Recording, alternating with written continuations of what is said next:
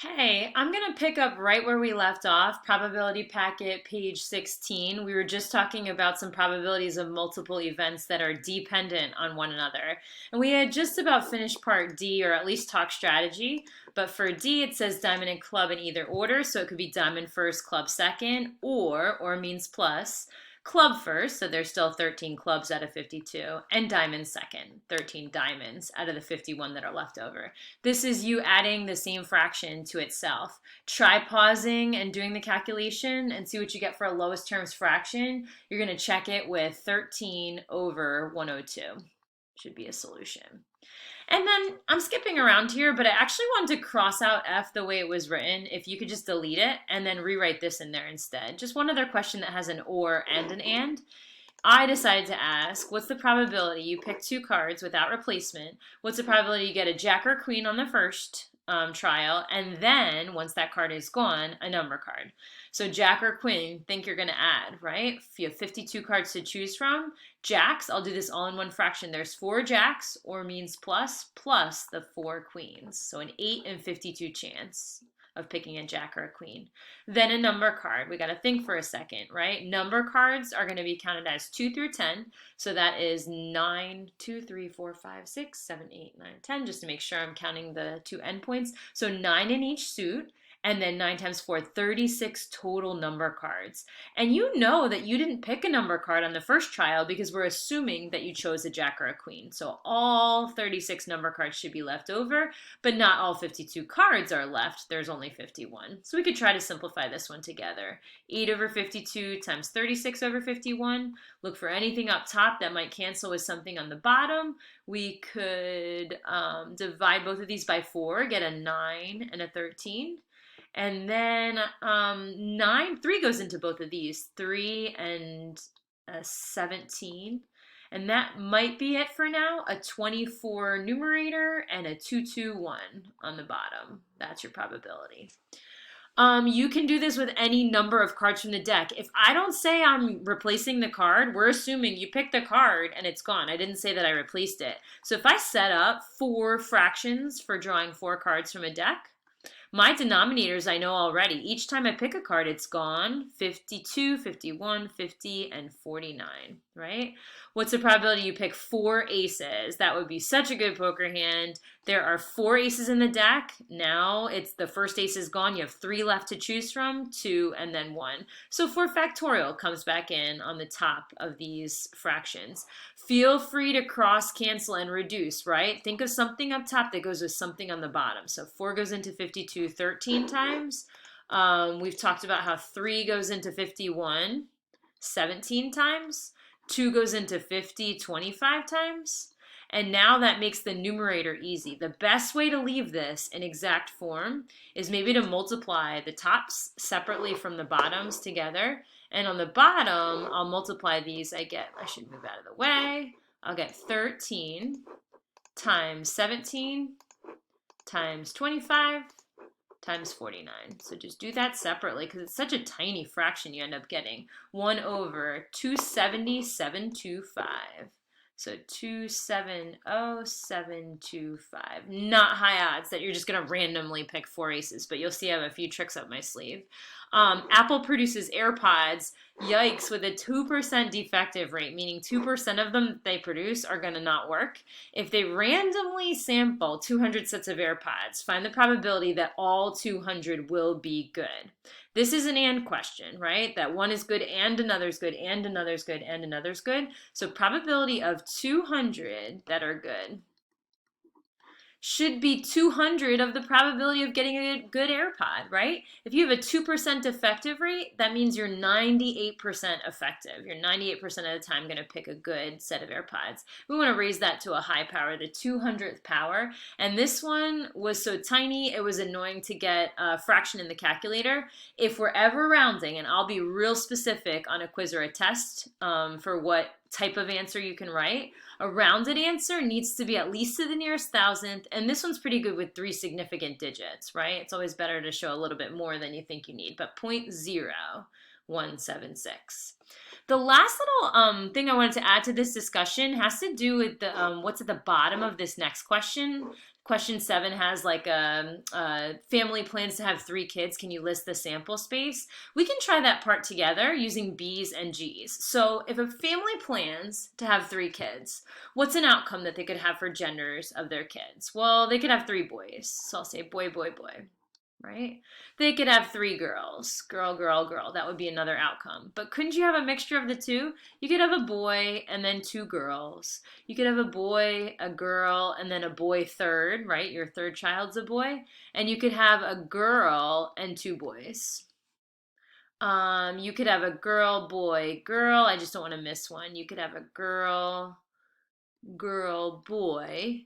And I think I left one case out. You have a boy, and then how about a boy second and a girl third? I think I've cycled through all the possibilities.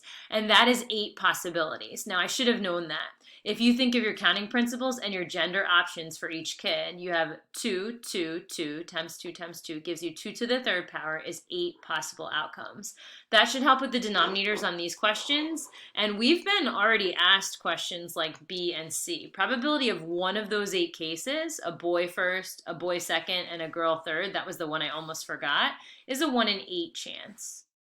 Probability of just 2 boys not mattering where they occur would be anywhere there are 2 B's in them. And I'm going to actually make this exactly. Let's say the problem said exactly 2 boys. So that's this underlying case, this underlying case, and this underlying case here. That's 3 of the cases out of 8. Sometimes it just helps to see the sample space listed out so you know your possibilities. But how about at least or at most? At least 1 boy. What's a good way to do this? Well, at least 1 means 1 at the very lowest. So 1 boy, 2 boys, or 3 boys. That's a lot of cases. 1 boy, 2 boys, or 3 boys. Yikes, 3 boys, that one counts. 1, that counts, that counts. I feel like you're counting every single case has at least 1 boy except for the one you're leaving out. And we answer this with a complement. We say 1 minus, so 100% of the time, minus just the probability of the case that you're leaving out. So you're just leaving out the case of girl, girl, girl, right? So 1 minus a 1 in 8 chance gives you a 7 in 8 chance, kind of like we counted up those 7 cases. How about an at most? At most 2 girls. Well, we think to ourselves, at most 2 would be 0, 1, or 2. You're just leaving out the same exact case. You're actually being asked the same exact thing. This is the only case that's not at most 2 girls because it's 3. So there must be a rhyme or reason to a way we can solve at least or at most questions. I wanted to show you a few of these now, and you'll see we're going to revisit this later in the unit. But at least and at most, you have a little key at the top. We'll just look at a few of these card questions. Don't need to get to every single last one. So as you pick 3 cards at random from a deck, without replacement. And what's the probability you get at least 1 jack? We'll use this shortcut. At least 1 is just leaving out the case that you get none, right? No jacks would not be at least 1.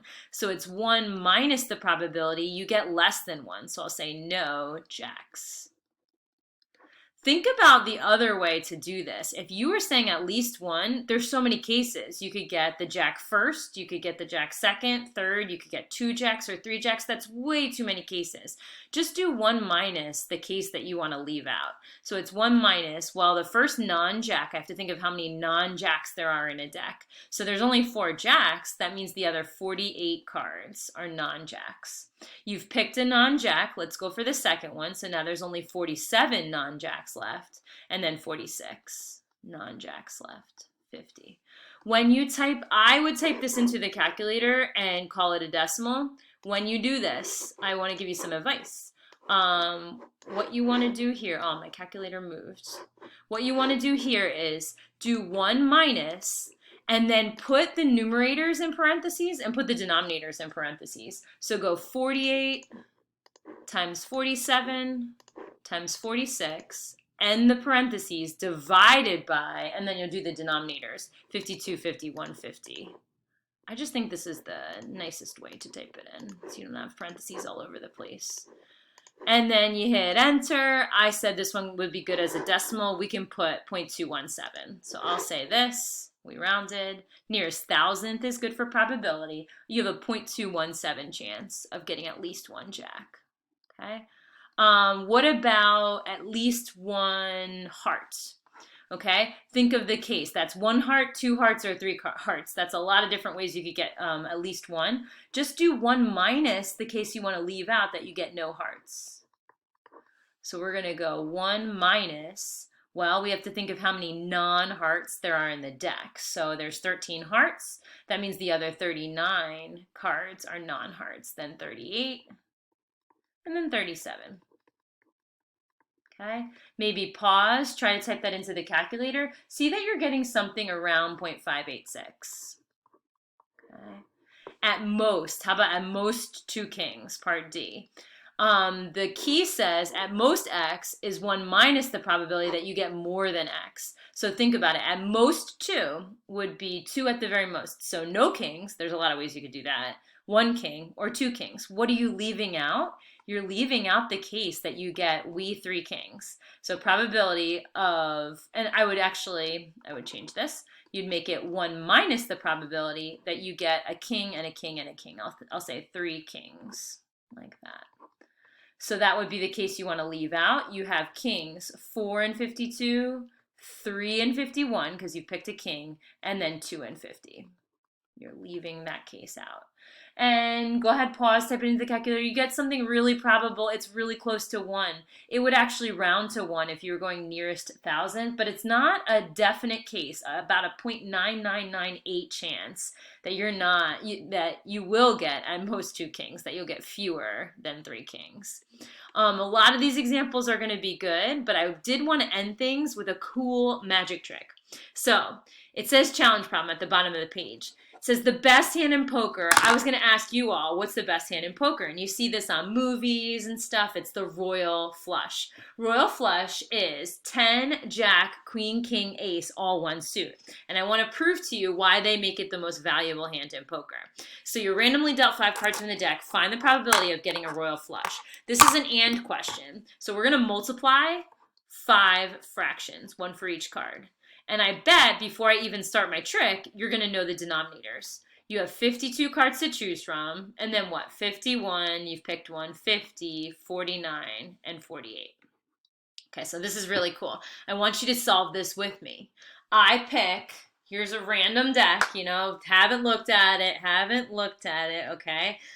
And I picked the top card. And what cards could this possibly be that would make it a potential to be part of a royal flush? Well, if this is any 10, jack, queen, king, or ace of all one suit, I have the potential. And is it?